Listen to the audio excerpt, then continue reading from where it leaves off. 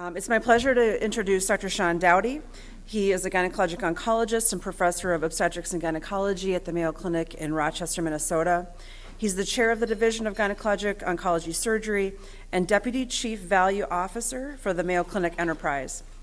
Dr. Dowdy has championed revolutionary perioperative care approaches, including enhanced recovery after surgery in our practice.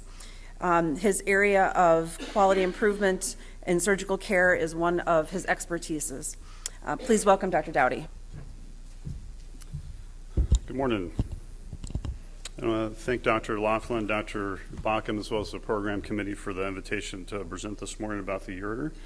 I do not have any conflicts, although I'm not sure what that would be in the context of the ureter. But the learning objectives today is I'd like to describe the critical anatomic concepts to safely identify and preserve the ureter.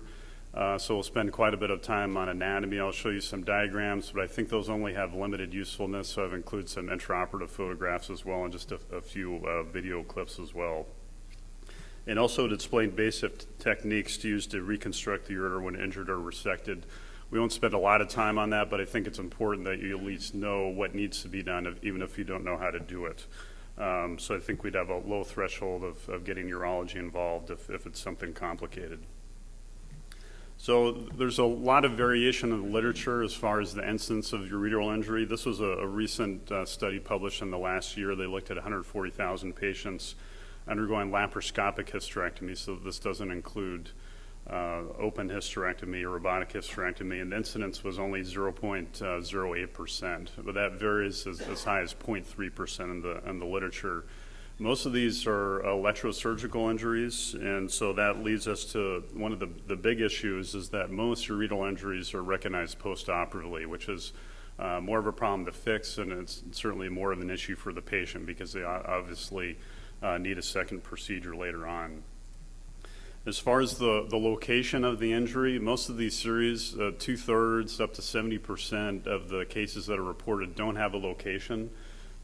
So we often talk about how the at or above the pelvic brim is the most common location, but I'm not sure that we really know that from the available literature. There's some good studies looking at cadavers at the distance between the distal ureter and the cervix. That varies anywhere between 1 to 3 centimeters in the literature. The one I've quoted here is often quoted. It's a study that Bill Hurd did a number of years ago, very well done study. But the point is the distance between the cervix and ureter can be quite low in some patients. So as many as 12% of patients